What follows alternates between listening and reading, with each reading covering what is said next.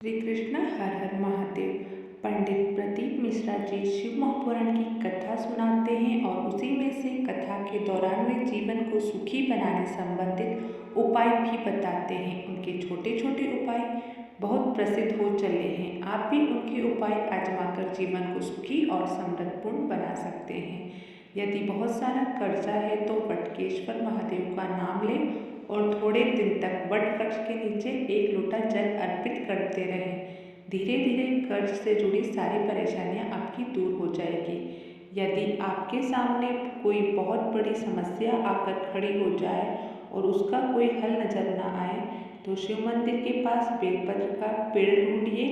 उस बेलपत्र के पेड़ के नीचे एक मूंग का दाना या एक चावल का दाना और साथ ही वहाँ पर जो भी एक कंकड़ रखा हो उसे भगवान शिव का स्वरूप मानकर लोटा भर जल अर्पित करें। जल अर्पित करने के बाद अपनी समस्या शिव जी के समक्ष रख दें। आपकी समस्या का निवारण जल्द होगा।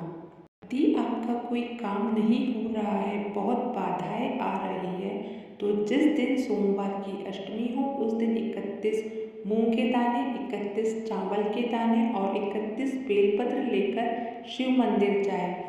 अपनी मनोकामना बोलकर चावल को शिव जी के मंदिर की दहलीज पर रख दो। ऐसा रखो कि किसी का पैर नहीं लगे। मूंग के दाने को नंदी भगवान के उस पैर के पास रखो जो उनका पैर ऊंचा रहता है। 31 बेलपत्र जलाधारी में जहाँ से जल निकलता है उससे अशोक सुंदरी का स्थान कहते हैं, वहाँ पर उन बेलपत्रों को रख दो। अगले सोमवार की अष्टमी तक आपकी मनोकामना पूर्ण हो जाएगी। पंडित प्रदीप जी मिश्रा कहते हैं कि मंगलवार और बुधवार को लिया गया कर्ज कभी नहीं चुकता होता है। ऐसे में इन 2 दिनों में कर्ज न लेने की सलाह दी जाती है। ऋण से मुक्ति पाने के लिए मंगलवार को भगवान शिव को मसूर की दाल चढ़ाते हुए ओम ऋण मुक्तेश्वराय महादेवाय नमः मंत्र का जाप करना चाहिए। इससे कर्ज से मुक्ति मिलती है। पंडित प्रदीप मिश्रा जी कहते हैं कि कई बार ऐसा होता है कि एक दुख से छुटकारा मिला कि दूसरा दुख खड़ा हो जाता है। एक समस्या से मुक्ति मिली नहीं कि दूसरी सामने आ जाती है।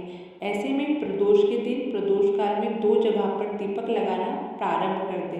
पहला दिया बेलपत्र वृक्ष के नीचे और दूसरा दिया अपने दरवाजे की चौखट के बाहर। उस और जब हम घर में प्रवेश करते हैं तो राइट हैंड पर लगाएं। दोनों ही जगह शिव जी से प्रार्थना करें कि हे नंदीश्वर, आप जब भी प्रदोष काल में भ्रमण पर निकले तो मैंने भी आपके लिए द्वार सजाया है। थोड़ी दया मेरे घर की चौखट पर भी कर देना।